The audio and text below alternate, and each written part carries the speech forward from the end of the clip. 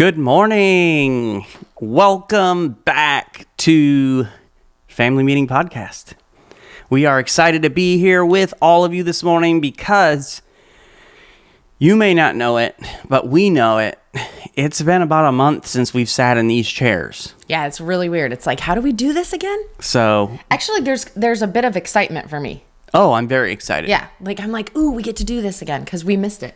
But we had a great conference in Elyria, Ohio. Mm-hmm. Our friends at Elyria Church, and then went straight into family vacation.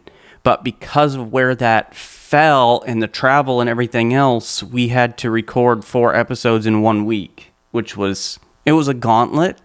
And on top of that, my voice was struggling. Like every episode we recorded, I was fighting not to cough. And some of you on YouTube might have watched me trying to fight back coughs and different things.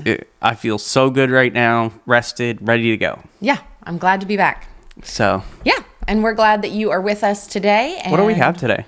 We have a great podcast today topic on being dependable for your family, being a dependable person that they can count on.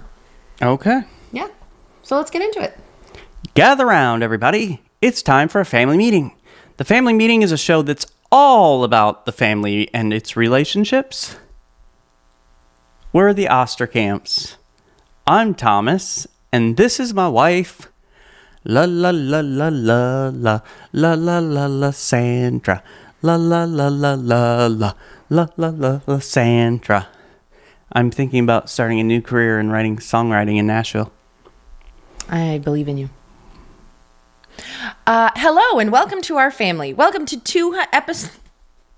Hello and welcome to our family. Welcome to episode 205 of the Family Meeting Podcast.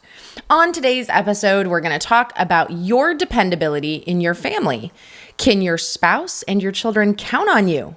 If you say something, is your word trustworthy? Are you dependable? And that's what we're going to talk about today. Before we jump into that, though, we've got something exciting coming up a few weeks down the road on September 26th. And I want you to mark your calendar for this because we are doing a special virtual event where we're calling in all of our podcast listeners and friends to join us for a very special Zoom call on guiding your kids through social media. So this will be Thursday, September 26th at 6:30 p.m. And that is Eastern Standard Time, which is our local time here in Palm Coast, Florida. Here's the thing. This costs $19.99 for the special webinar that we're going to do, the special Zoom call. But what we're doing is we are going to let you in for free. Oh, nice. I like that. But here's the thing. The only way you can get in free is if you use the special code, all caps, all one word, family meeting. Okay. So go to familymeeting.org, hit shop. You will see the Zoom call listed there. Guiding your kids through social media. It'll have the date, September 26th at 6:30 p.m. It will say $19.99. Okay. So just put that in your cart. It'll ask you for a code. Remember, it's all caps, one word, family meeting, and that will discount it to absolutely $0 for you. Okay? I love it. So I want to encourage you to be there. Invite all of your parent friends to be there. I think it'll be a great conversation. Lysandra and I have some things we want to share with you about guiding your kids through social media. And then what we want to do is we want to spend some time just having a conversation with you. Maybe you have some questions or maybe you've got some tips that you can share about guiding your kids through social media. So I think it'll be a great way for all of us to connect. Normally this would cost you $19.99, but for this event here, because we're so passionate about getting this information out to you and we think it's so important in our day and age, we're giving it away free. Family meeting, all caps, one word. We'll discount it to $0. So get your ticket today. Sounds awesome. Can't wait. Okay, let's begin our conversation today with discussing the importance of being dependable. Let's talk about why we want to be dependable. And then we're going to move on to some tips about how you can retrain your mindset and your habits to be a more dependable parent, spouse, or family member. We always like to leave you with something you can take away from this podcast. We don't want you to just finish this podcast and be like, okay, I don't have anything I can put into practice. So we always want to give you something that you can take away. And so we are going to do that at the second portion of this episode. But here at the beginning, we want to talk about the why. And at family meeting, we are all about the why.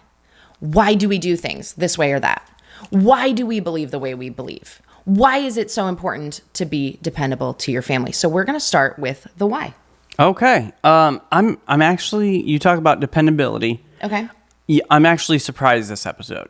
Okay, why? Because you've not one time consulted the dictionary on what dependability means. How do you know it's not coming? Maybe it's in the notes. Actually, it's not this time. What does Webster say about dependability? Yes, I like definitions, okay? So sue me.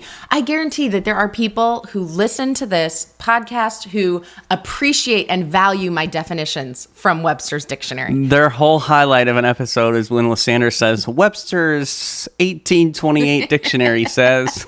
Listen, I want somebody who loves dictionary definitions to please back me up on this. I need a comment. I need someone to send Thomas a social media post, call him out online, tell him that you appreciate my dictionary definitions. I would be Please. interested if there's somebody out there that actually does and is not just like trying to defend you. Like is not just trying to be on your side. They wouldn't do So that. we'll see. Yeah, they would. No, they are all honest and I know your people. And I know that they would do that. So. My people are trustworthy. And Webster's dictionary defines Oh, trustworthiness. geez. Here we go. Sorry, everyone. I ruined this episode.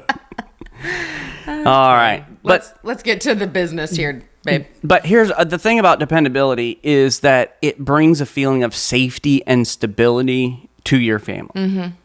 When your kids know they can call you and you'll answer the phone and help them however they need, they feel safe. Now, my girls know dad is a phone call away no matter where they are. If their tire goes flat, if they're in an uncomfortable situation, if they get into trouble or anything else, I will be there for them. And so they feel safe. And, there are times where our girls are invited to different things. If I don't know the parents at all, then the answer is probably no. Now, as they're getting older, they're making a few more choices for themselves. Right. And maybe we should just throw in that right now our girls are 14, 16, 17, and 18. So that's our stage of parenting. And two of them the two oldest have their driver's license. My oldest just purchased her own used vehicle and is working to fix it up. So they have a lot more freedom in where they go and everything else, but there have been times where I've dropped them off, whether it was at a party for a friend of theirs or something where we didn't really know the family all that well. Just a few interactions or whatever. But before I drop them off at these situations where we don't know it that well, I always tell them, listen, if you go in here and you do not feel safe or you feel uncomfortable, just call me and I'll come pick you up. Mm-hmm. And if you let me know, I will tell you that you have to come home right now so that you can then go and tell your friend, like my dad says I have to leave right now. So I want them to always know that no matter what, they can call me, that I will come running. And that is their entire life. Like if they need their dad, wherever they go in life, I'm going to be there. That's right. And it brings safety. Like you feel safe because of that. I mean, I know that as a wife, I feel safe because I can count on Thomas as my husband. I know that he is going to be there for me anytime I call him. And dependability builds a foundation of reliability and support. I know that Thomas is always going to answer my phone call. Now, are there times that Thomas is on another important phone call and I call him and he doesn't answer? He sends me to that automatic message that says like, can I call you later? Or whatever. Yes. That'll happen. I'll push the button and yeah. Yeah, that'll happen. But what happens, babe, if I call you again immediately? Then I'm like, whoever it is, hey, my wife's beeping in. I got to go. There's very few people I won't do that to anyway. Like, if they just call, it depends on the seriousness of the situation. But most people, I'm like, okay, my wife's calling and I got to let you go. I'll call you back. Yep. Because that's kind of, for us, that's kind of the code is if we call one time, you might get the, hang on, I'm on a phone call, I'll call you right back. But if the person, if one of us calls right back at the second time, then you know this is important, it's time sensitive, they're in a bind, I'm going to answer that phone call. And the same is true if I'm personally meeting with somebody. It's not just a phone call. If I'm sitting down in a meeting with someone and Lysandra, the girls call, I tell the people, hey, just a second. My wife is beeping in or my daughter's calling me right now. I need to check and see and make sure everything's okay. And so the people around me know, like, my top priority is my wife and my kids. And because it is important that they know that they can count on me. Right. And, you may be tempted to tell yourself, okay, I can't answer this phone call because it will appear rude to this person I'm meeting with. And listen, if you are meeting with a person and you tell them one moment, I really need to take this. It's my wife. It's my husband. It's my daughters. I've got my kids. They are going to respect you for that. And if they don't respect you for that, then you know what kind of person they are. Because I think that people who hold family in high regard and they also hold dependability in high regard, they understand and they value the fact that you are a dependable person for your family and they get that. So most people are going to be like, no problem, of course, go right ahead. So make sure that you are being dependable because if they can call you at any time, they know that they're safe. There was this time in Iowa. So we moved to Florida from Iowa 3 years ago. And our home in Iowa was a 100-year-old house, and the basement was unfinished. It was like a complete dungeon with like limestone walls, and it leaked. The foundation leaked and seeped. It was so creepy. So just think about any TV show or movie you've watched with a serial killer. That's the basement. Yes, wherever they kept the people chained up, that was our Iowa basement. In fact, the basement was basically one large room, and then there was this little, I don't know, I think it used to be like a canning cellar or something. But like this little creepy room at the very end of the basement. Yeah. And of course, that's where our laundry was. So I had to go down there all the time. And it was just an act of faith every time I walked down those stairs because I was terrified every time. And this one time, so this canning cellar had this like old, like makeshift wooden door. Yeah. It almost looked like if you took pallet wood and made a door out of it. That's kind of what it looked like, but it was probably 100 years old. And we kept that door shut because I was terrified of that room. And then I piled stuff up in front of the door. Yeah. So that I felt safe. Like nobody's going to come out of the door at her. Yeah. So this one time I'm carrying a load of laundry down the stairs. And I walk down the stairs and I turn the corner and I see that the stuff is moved from in front of the door and the door is open. And I immediately like throw my laundry basket. I run up the stairs, trip up the stairs, scrape my shin. I get to my cell phone and I call Thomas and I'm like, come home right now. There's a hobo in the basement. She's like, someone's in the house. Someone's like, what? in the house right now. And at that time, he worked across the street from our house at the church there. He's a pastor. And so that was where his office was. He runs home. Like he stops everything he's doing right away and he runs home. And I'm like, in the basement. So he goes down the basement right away, checks out the canning cellar. Well, and it's like, when I came in the house, I fling the front door open like really loud. I fling the basement door open really loud. So like if there is someone there, like my goal is to intimidate them immediately at the force of this person who is making their way towards them. You are exerting your dominance right away. They were in my space. Yeah. So I'm terrified and Thomas is ready to like kill someone. He goes downstairs. There's nobody there. I'm sure that you could have guessed that. And we're both like, who opened the door? Did you open the door? No, I didn't open the door. Our kids are toddlers. They couldn't have opened the door. You thought I was like playing a joke on you at that point. Yeah, I was like, what did you do? Did you do this? This isn't funny. Which Based is on possible. Your behavior, yeah. But it wasn't me. It wasn't him. Well, it turns out we had a guest staying in our home and he was an evangelist who was speaking at our church, and we were housing him. And never in a million years would I've ever thought that somebody would even go down to the basement, let alone look around. But he was like a builder in his previous profession, and he was curious about like what this small room was and this door that was falling apart. So he went down there and moved our stuff and opened that door, which I would never have guessed in a million years. But all this story is to tell you that when I was terrified for my life from what turned out to be no one and nothing. No hobo was there. No hobo, no murder. My husband answered the phone call and ran till he got to me to save me. And so that dependability made me feel safe. I just like that story because there's so many stories where it's like, I didn't do the right thing as far as trying to protect you from animals or what I thought was animals. So, but that's the thing. If it's a human, I will kill any human for you. Thank you. No matter their size, I will kill them. Animals are a different thing. Like, so. Yeah. If an animal's after me, I'm on my own. So you're not dependable in that regard. Yeah. You can count on me if it's a human being. Right.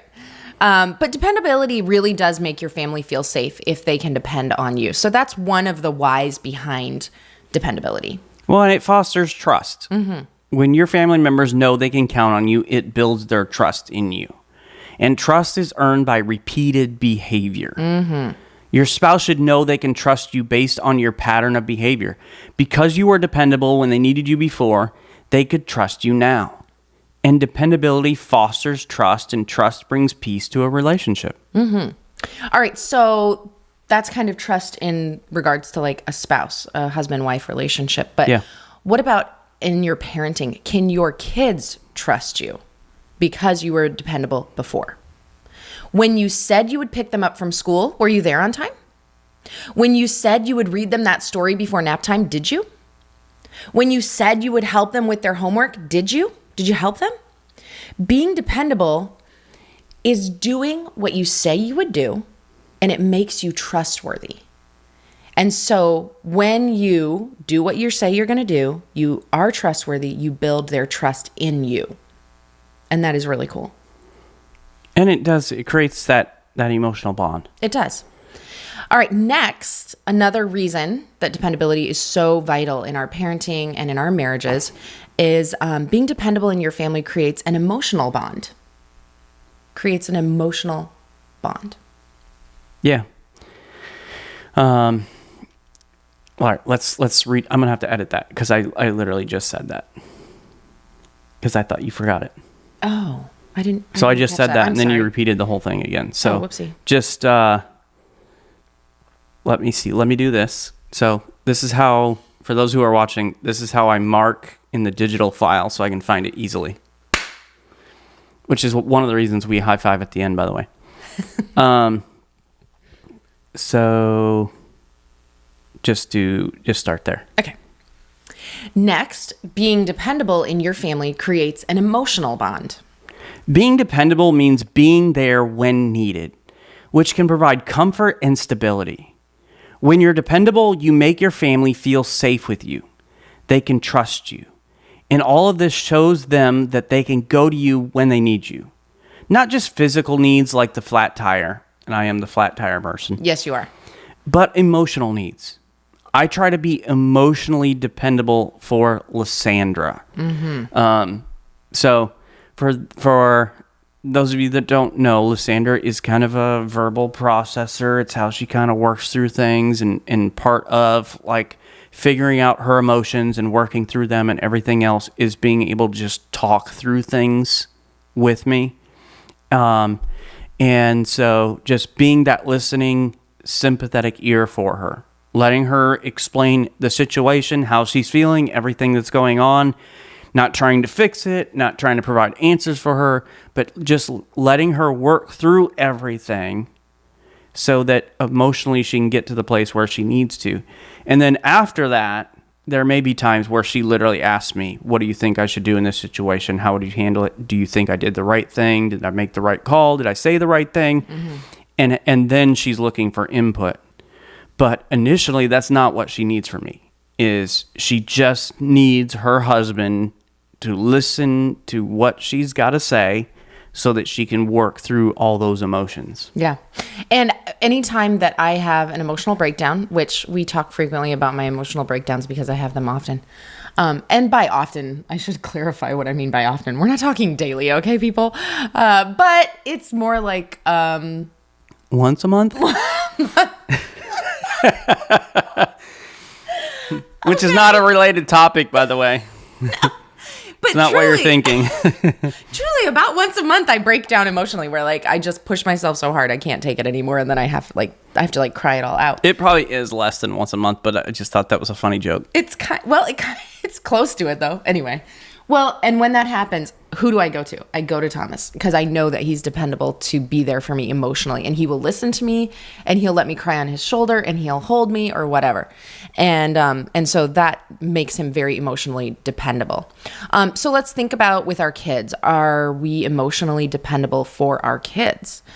When your kids get hurt, I think about like when our girls were little. Yeah. And they would get hurt. And usually they would go to mom. That was usually their almost always. Almost always. It was like, Mommy, I got a boo-boo, right? And so you think about that. If your kids are little, when they get hurt, do you affirm that it hurts, but tell them that they're going to be okay? I think it's so important to like recognize, yeah, you got hurt and it is painful, but there's hope for the future. You're going to be okay. You're going to get through this, and try to help them, not be a drama queen, right? But affirming, like being there for them emotionally, caring about what they care about. Do your middle schoolers know that they can come to you if they have a falling out with a friend? Do your teenagers know that they can come to you if they get their heart broken by their girlfriend or their boyfriend? When you prove yourself dependably to be a dependable parent emotionally, then your kids will come to you. And here's the deal, you guys. I think that this why right here is one of my personal top reasons for wanting to be dependable emotionally, because that means that your kids will come to you. Yeah. If you are dependable emotionally, they will come to you. And isn't that what we all want? We want our kids to come to us. Dependability strengthens your family relationships in all aspects. It helps develop a familial bond. You know that person will always be there for you. You can count on them. And a bond is created that is strong enough to last a lifetime. And we all know people who aren't dependable. Yes. And when you need somebody to talk to, that's not the person you're going to go to because, hey, they've not been dependable in keeping their trust. And they've told this person or that person, if you get into a bind, there's certain people that you're just not going to call because they may or may not show up. And so we want to build those bonds where no matter what, our family knows I'm going to be there for them in the way that they need. Mm-hmm. Another reason, and this will be our last reason for the importance of being dependable, is something that we talk about a lot, and that is being the example for your child. So demonstrating dependability sets a positive example for your children. It teaches them the value of being reliable and being responsible in their own lives. You are their example in every way, whether good or bad. Whether you're trying to be their example or not, you are being their example. They are watching you and they will model your behavior.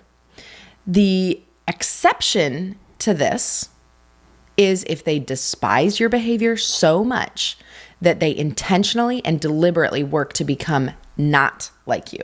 Yeah. I think about, people who are trying to break the cycle in their families.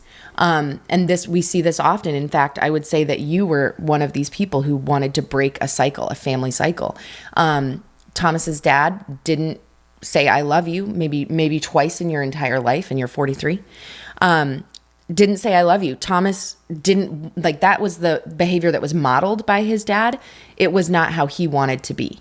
So he has worked hard to break that cycle. And he says, I love you to all of us all the time, all day long. Yeah. But unless your child works to change behavior and to not be like you because they hate the way you are so much, then they're going to end up being a lot like you because they see your example and you're modeling out for them every day. So that's another really big reason to be dependable. All right, now let's shift the conversation a little bit. Let's let's talk about how you can become a more dependable parent or spouse. And I think it's something that all of us should strive to work on and become more dependable. Because let's be honest, none of us are totally dependable in every aspect. Right. So we all fail. there's a lot of areas where I'm very dependable, but there's other areas where, hey, you could work on that. Right. And let me just say that the inspiration for this podcast episode came because we travel all the time. We travel here, there, and everywhere. We meet a lot of people. A lot of times when we're traveling, we're speaking at marriage events or family or parenting events. And so we get into a lot of conversations with teenagers, kids, parents, adults, everyone in between about parenting and things like that. And the real inspiration for this episode was when a teenage boy said to, I think it was just me. I think I was the only one there. There was a group of us, but I don't think you were there, Thomas. And he said, my mom is not dependable. And like when he said those words, it pierced my heart. Like I was so sad for this boy. He was like 17 and you could just see like he was sharing something very serious in the hallway of this church. And he was just saying like, I can't count on my mom. And I thought, man, I hope my kids feel like they can count on me. And that was when we kind of birthed this episode. And so we want to give you some things that we've been thinking about of how can we make sure that we are being dependable parents, because we don't want our kids to ever be able to say that about us, that we aren't dependable. All right, so here's your first idea about how you can become a more dependable parent or spouse. And it starts with this: don't say it unless you can fulfill it. Yeah. A lot of times we're making these promises that we can't keep or don't ever intend to keep. And that's what makes us undependable. If we would never have said, I will do this thing, then we would have been dependable. Yeah. I have a perfect example in marriage.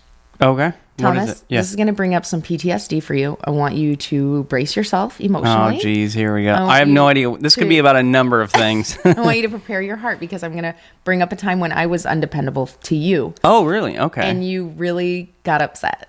Okay. And rightfully so. That's fine. I'm just glad it's not about, like, I'm not the one who was undependable. Isn't that nice? Yeah. It's nice when you're the one free and clear. This makes me the villain in this story. All right. I'm going to love this. Let's do it. As long as it doesn't tick me off about whatever it was. You're going to be mad again. I have no idea. I don't remember at all. Okay, so I may have even shared this story on the podcast when it happened. So sorry for those of you who have already heard it. But. Oh, I think I know what it is now. Okay. So my parents and I were out running errands. Yeah. And we were going to end by going to Culver's. You remember? All coming back. It's all coming back to me now. That was beautiful. And we're going to go get dinner. And I thought, oh, I'm going to be an amazing wife. Texted Thomas. I was like, babe, we're going to Culver's. Let me bring you some food. He had been working at his desk all day. I was like, going to be this awesome wife. He's like, okay, cool. Yeah. So he sends me his order and I'm like, I'm even going to go above and beyond. And I'm not going to order it when I order my food and just let it sit in the bag. I'm going to wait and order it after our meal so I can bring it home as hot and fresh as possible. So my mom and dad and I, we have our meal and everything. We head home. I come in the door and to our bedroom where Thomas's office is. And he looks over at me and my hands are empty. And he's like... Well, and the thing is, by this time, I've decided not to make anything. Right, because he knows dinner is coming. I'm hungry, and so I can hear as soon as the garage door opens. Like, I can hear it. All right, I know she's here. I'm about to eat. I can start to smell, like, in your mind, you start to smell the food and get hungry for it. Your mouth starts watering. And her hands are empty. My hands are empty. And I was like, my first thought was, oh, okay, like, maybe she just set it on the counter downstairs, like... When he looks at me and I looked at him, our eyes met, and I immediately was like, oh, I forgot his meal. I just forgot to order it, and I forgot that I even said I was going to. I was completely undependable. He was like not only devastated, but then that turned to anger pretty quickly because now he didn't have enough time to make himself any food. And of course, I offered like, "Oh, I'll make you a quick sandwich," which Thomas would rather not eat. No, like, I'll go back right now. I'll go back and I'll get food for you right now. And he's well, and the thing was, like, I didn't even consider this whole idea. Like, This was your idea I that know. you sent out to me, and then you just like yanked it back. It was like the whole Lucy and Charlie Brown football thing where you're like, hey, here's this football with Culver's and all this stuff and frozen custard. And then, nope, as soon as I go to kick that thing, you pull it right away and I'm flat on my back, hungry. Yes. But here is the moral of the story, people. If I never would have told Thomas I was bringing him Culver's and I would have come home after having had Culver's with my parents without him, he wouldn't have cared. He would have been totally fine. So just don't ever offer to do anything nice for your spouse. That is the moral of the story. Yes, it should only ever be a surprise. That way, if you forget, it won't matter. No, so we are being silly here. But the truth is, if you don't make promises that you can't keep, then you're going to be more dependable, right? So if you really don't know for sure that you can fulfill what you say, don't say it. Yeah. Don't say it. So you can start there. Well, and I think along that lines, you have to learn to say no.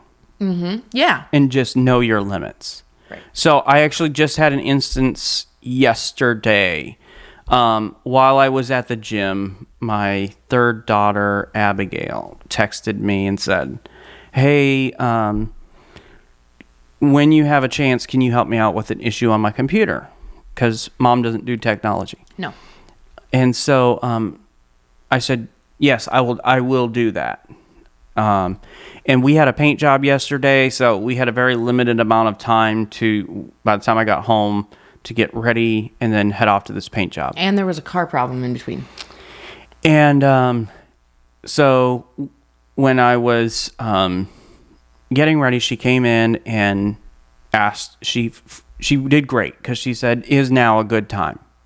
And I said, no, it's not a good time because I've got to run off to this paint job. We got to leave in the next couple minutes. And so I started talking to her about what is the issue you're having, just so I could get an idea and maybe How much think time about is it this going to take? everything else. So she's while I'm running around doing whatever, she's walking me through it. It had to do with her school Microsoft account through the Florida Flex program. And so I was like, listen, I can't right now. I just can't. I know my limits. I don't have enough time right now. So I can't do it now. Here's a list of things you can do. Go to your portal for your school profile and where you get all your classes. It should have some information on your Microsoft account there. If you don't see anything there, message your teacher in this class that you're needing the account for right now and see if they can walk you through it. If they can't, then when I have the time, I will help you with it. But if I would have promised that, yes, I'll do this right now, I didn't have enough time. I would have had to break my promise. She would not be able to trust me. Well, and saying yes to her means being undependable for me because I told you what time we had to leave and I told a client what time we would be there. Yeah. So we wanted to be dependable to our clients as well. So there are times when like you have to know your limits and you have to know when to say no. Yeah. So that's good. All right, here's another thing you can do. Allow other things to slip through the cracks and not your family. So when you are looking at your schedule and you're like, okay, I can't be everywhere at once. I've overscheduled. I've made a mistake. I'm not going to be able to be in this work meeting and pick up my kid from school. Something's got to give. I would say be there for your child and pick them up for school. I mean, hopefully you can get somebody else, a family member, a trusted friend or whatever. But if you're going to let something slip through the cracks, let it be something else, not your family. Which this reminds me, if you had been in our Facebook community group and taken part in our back to school challenge, you would have already spent some time setting up your emergency plan, which included somebody who could pick up your kid in an emergency situation where you couldn't be there when you said you would. Awesome. I love it. So if you missed out on that, you missed out. Jump into the group now so you can have all that stuff that will be a help to you in your family relationships. Yes, and that group is Family Meeting Community on Facebook? Yep. Okay, Family Meeting Community. So one thing that you can do in this vein here is identify what tasks and commitments are most important to you, and then focus on those priorities to ensure that you're dependable where it matters most. So as a mom and as a wife, those are my two top priorities. So anything that has to do with Thomas, anything that has to do with my kids, that's where I want to be most dependable. I want to be dependable to everyone. Yeah. I want to be a dependable employee when I go and I work and I'm a business owner. I want to be dependable to all of my church people and my beautiful church friends. I want to be dependable to my neighbors and the things that they ask me to help them with. But my top priority is my kids and my husband. And so if something has to give, if I have to say, listen, I messed up and I can't follow through with the thing I said I was going to do, I'm going to say that to someone else, not my family. Yeah. My kids and my husband are going to know they can count on me. And this goes back to what we were saying about the phone calls too. Most people are very understanding. Most people have a high value for their own family, their own marriage, their own relationship with their kids. And so they're more often than not very understanding in those circumstances where you have to say, hey, I know that I said I would do this, but this came up with my family and I've got to be there to do X, Y, or Z. Yeah. And most people are very gracious in those circumstances. The few times that people are not, they most likely don't have great family relationships, so they don't understand why it's important to keep your word to your family. And they feel like the world revolves around them. And so sometimes you will end up offending some people, but most people aren't like that. Yeah. I just recently had a client where I told them that I was going to work into the evening at their home to get their home ready so they can move in. They're excited to move in. And I said, yeah, I'm going to work into the night, get this done for you. And I realized I had forgotten our girls had a volleyball game. And I told my kids I would be at their volleyball game. So I had to go back to that client and say, you know what? I am so sorry. I overscheduled myself. I double booked. I didn't know that I had this volleyball game. My girls are playing. I promised I would be there. So I will not be able to work late on Thursday night, but I'm going to come in early Friday morning. Well, I think it was Saturday morning. And you know what? They were totally understandable. They were like, oh yes, you can't miss their game.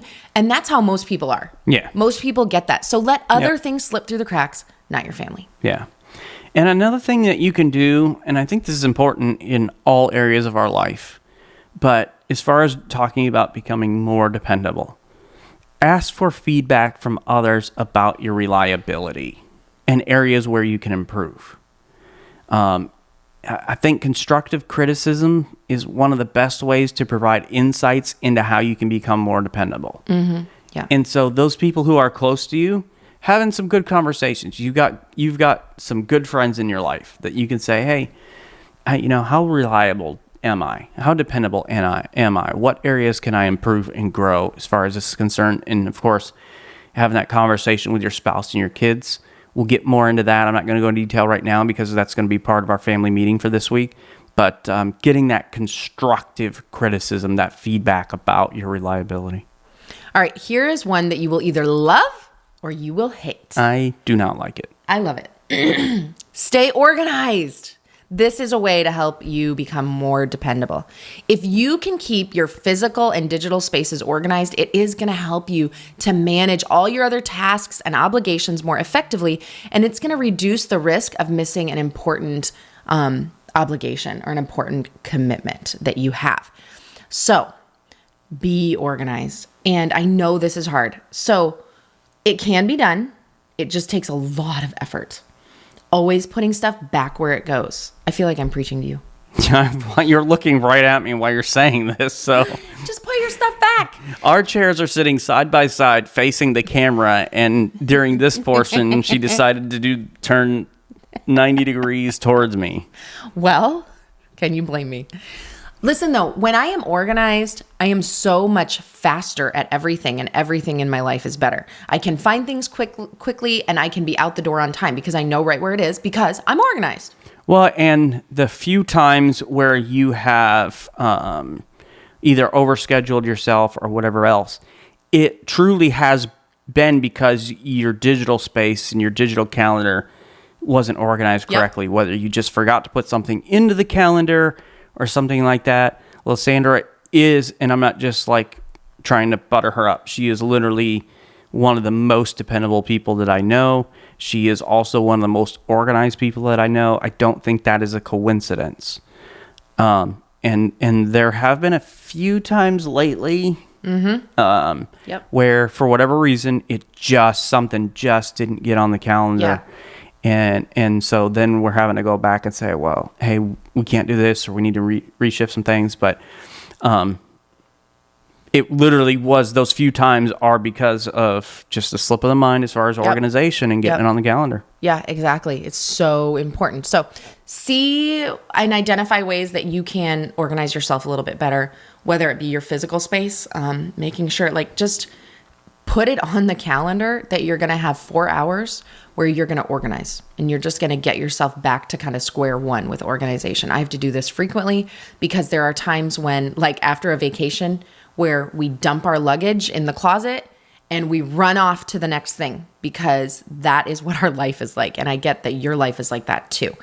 But then the key is to not leave it there, right? You've got to make that window of time where you can go back to that stuff you dumped and get it organized, get it back to where it goes. And this happens in our garage often, and it happens in our master bedroom closet often. Those are my two spaces where I allow things to be dumped and left until I can get to it.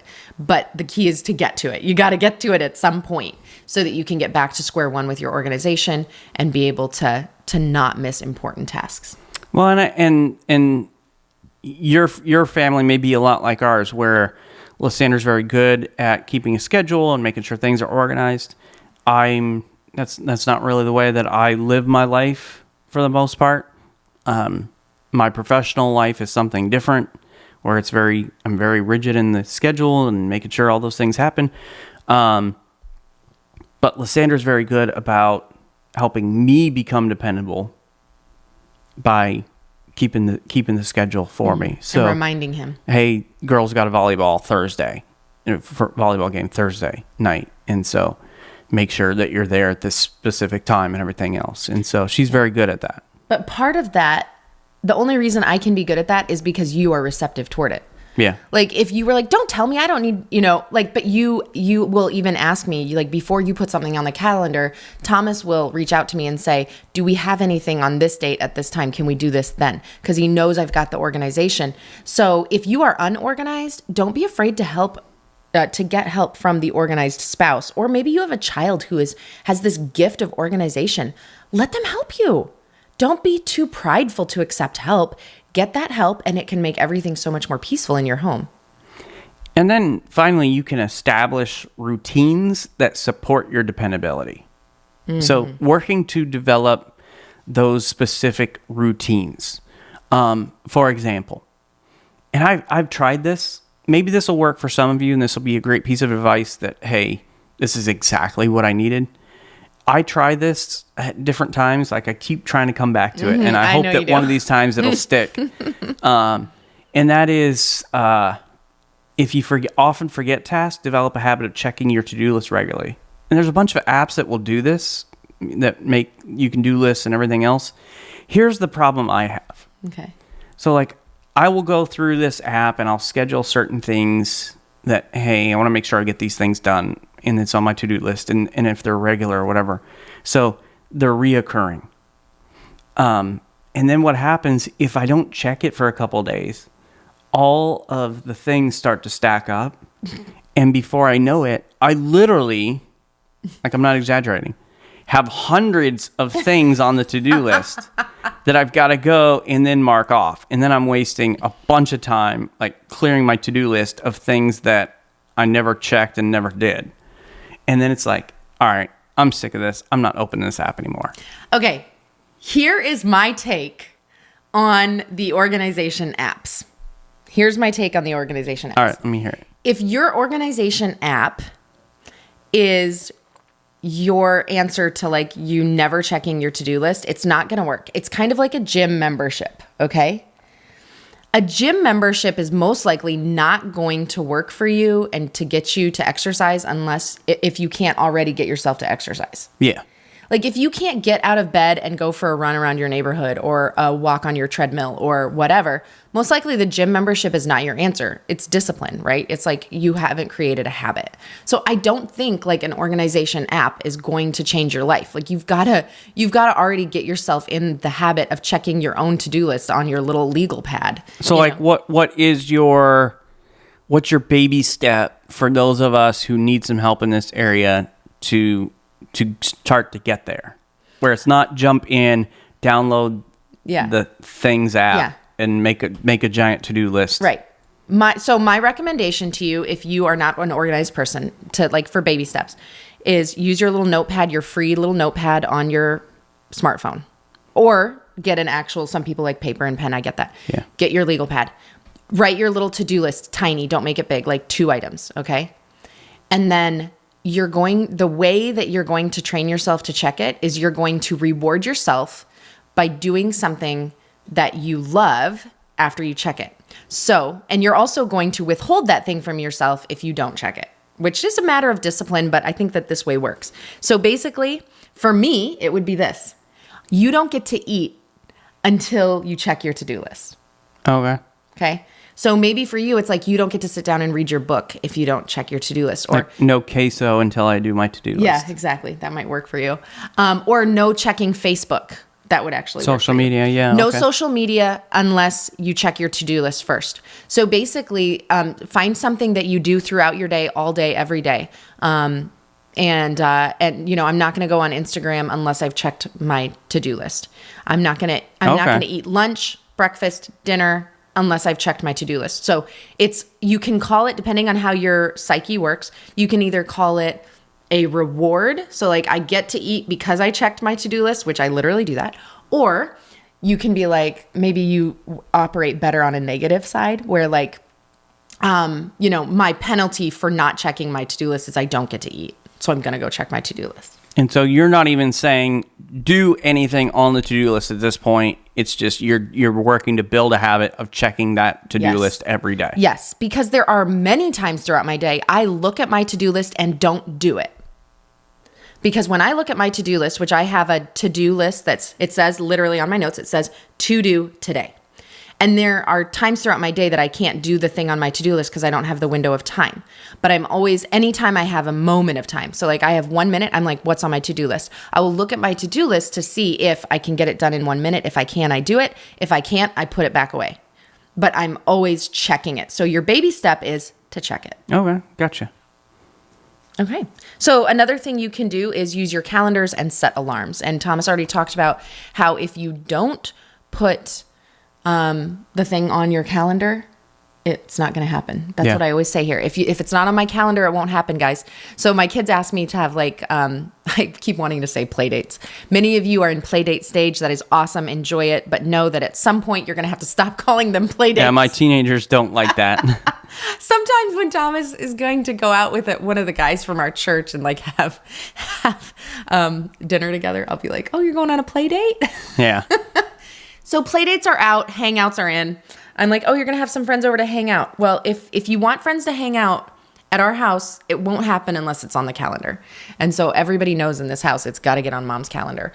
And so use your calendar, whether it's the paper, the digital, whatever. I love the idea of having a shared Google calendar where your whole family shares it, but Thomas is against it. So he doesn't want to know. He wants me to be his Google calendar. Yeah, because a lot of it really doesn't have to do with me, and then as I start to get all these notifications of stuff that doesn't concern me, and I've already got enough things that I don't need information that doesn't really concern me. Mm-hmm. And then Thomas already mentioned this, but this is the last thing we're going to share with you in an attempt to be more dependable. One thing that you can do is ask your spouse to remind you. Ask your kids to remind you. Now, you don't want to put all your eggs in that basket, but it can be helpful. I know in our relationship, it works really well for me to remind Thomas, number one, because I don't mind doing that. And I've asked you to do that. He's asked me to do it. He's receptive to it. It's kind of how we operate. And so it works for us. Well, and it's not just Lysandra. Like there are certain things where I tell the kids will ask me something to do something or whatever else. Yes. You will have to remind me. Right. So just come and typically we'll give them a time frame, remind me, hey, this has to do with tomorrow morning, come and remind me. Yeah. And that I think helps you be more dependable as well, because like I'll tell my kids, I'll say, listen, I will do your hair when we get home, but if you don't remind me to do your hair when we get home, I will forget. So it's on you to remind me. So I'm being dependable and saying like, I'm still going to do this thing, But if you can't be responsible enough to remind me, it probably won't happen. Yeah. So it kind of puts a little bit more on their shoulders and shares the weight a little bit. But it also helps me to be dependable, because then if I forget and they forget, it's like, well, I told you I'd probably forget. Yes. It's a little loophole, I guess. We created a loophole there. At family meeting tonight, we want to sit down and just talk about dependability. And depending on the age of your children, you may have to do the Webster's Dictionary talk about what dependability is. That's right. Please don't use the dictionary. But you may have to have a conversation with your kids about what dependability is, and people can count on you and all those sorts of things. But the crux of the conversation is going to be about how dependable that you are and opening yourself up. And I encourage every member of the family to do this. Like, have a time where, hey, how dependable am I? Do you think I'm dependable? Are there areas where you feel like you can't count on me?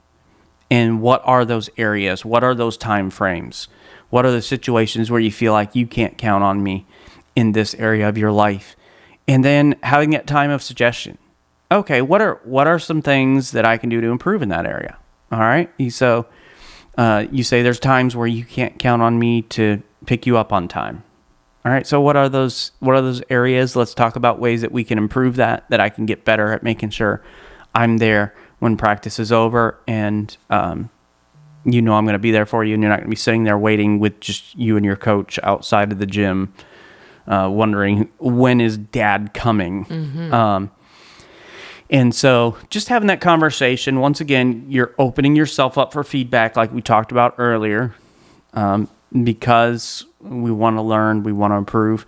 And this, depending upon who you are and your personality and how dependable or undependable you have been, this may be a hard conversation to have for you. Don't take it personally. Just take it as an opportunity of growth. This is the truth. This is the way that your family members see your dependability level. And just take it as an opportunity. I can improve. I can build on this, and I will get better at it. Thanks for joining us today. Please go and subscribe to the Family Meeting Podcast from your favorite podcast provider. And if you found this information helpful, please share this episode on social media and invite your friends and family to listen in with you. To find more content and information Lysandra and I provide, you can go to our website, familymeeting.org, or email us at info@familymeeting.org. If you'd like to shoot us a text or call us, you can send a voice message at 904-257-3062. And we want to invite you to join us for our next family meeting as we answer your parenting questions. We've already had a lot of questions come in, but it's not too late to add your parenting questions. We'd love to hear from you. The questions that have come in have been so good. Yes. They've been real thinkers. They've been really they make us think, they make us examine our own parenting style and the things that we do here in our home. So it's been really good for us. I think it'll be good for you. I also think your parenting questions will be good for other parents. So send those in and help us out with our next episode as we answer your parenting questions. And part of the conference we did at Elyria Church was a parenting conference. And some of the questions come from directly from the conference that we think will be a big help to you. So it'll be a good conversation. You can send those parenting questions in today. Thanks for joining us today for this family meeting. Have a great week, everybody. This meeting is adjourned. See, so now you understand what that clap's all about. It didn't start as a yes, great episode. It started as, okay, we need a loud spike in the volume so that I can look right at it and know that's where the episode ended. That's where I need on the audio version to cut it off. I'm mimicking your motions. So now it's transformed into, hey, great job. Yeah, great episode, babe. Actually, it was really fun, wasn't it? Yeah. I've missed podcasting with you. Yeah. Over these last 4 weeks. We are going to be answering those parenting questions. So maybe you have some parenting questions that you would like answered. If you put it in the comments right there on YouTube, then we will get those. And we'll start the conversation with you there in the comments, but we'll also add it to the episode because your question could be exactly what somebody else needs to help them in their relationship with their kids. So drop those questions there. And without further ado, we'll see you next time. Bye-bye.